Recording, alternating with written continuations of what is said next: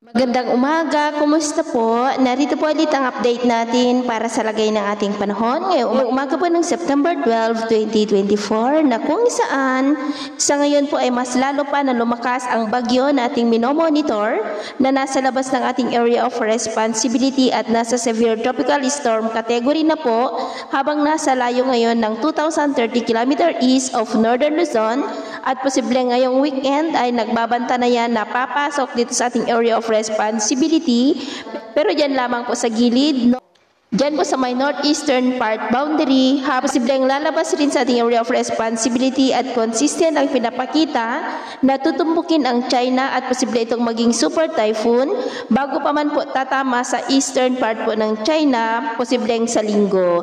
Hindi man ito maglandfall sa ating bansa ay mas papalakasin naman ito ang habagat na siya na pong nagdudulot ng malalakas na ulan sa ilang bahagi po ng ating bansa.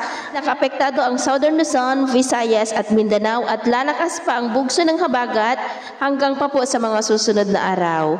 Kaya ngayong madaling araw dahil po sa habagat ay may mga isolated rains na sa ilang bahagi ng Bataan, Cavite, Batangas, Southern Quezon, Mimaropa, Legazpi, Masbate, Western Visayas, Central Visayas, Eastern Visayas, Sulu Archipelago, Zamboanga Peninsula, Northern Mindanao at Caraga. At mamaya ay sisikat naman ang araw sa malaking bahagi ng ating bansa lalo na dito sa Northern at Central Luzon.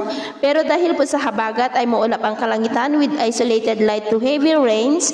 Diyan po sa may Mimaropa lalo na sa may Palawan, ilang bahagi ng Bicol, Western Visayas, Northern Cebu, Bohol, Leyte, Samar, Sulu Archipelago, Zamboanga Peninsula, ilang bahagi ng Northern Mindanao, Surigao del Norte at Sarangani. Ngayong hapon, mas maraming lugar na ulit ang mas makaranas ng mas maulap na kalangitan with isolated light to heavy rain sa malaking bahagi ng ating bansa. Kaya kung lalabas tayo sa ating mga tahanan, ay waliin lamang po natin lagi ang magdala ng kahit anong panangga natin sa init ng araw at proteksyon na rin po sa mga biglaang buhos ng ulan. At sa atin naman pong mga baybayin, iwasan na muna natin ang papalaot sa na po sa baybayin ng Palawan at Western Visayas dahil ang mga alon dyan ay posibleng aabot hanggang po sa 2 to 3.5 meters height.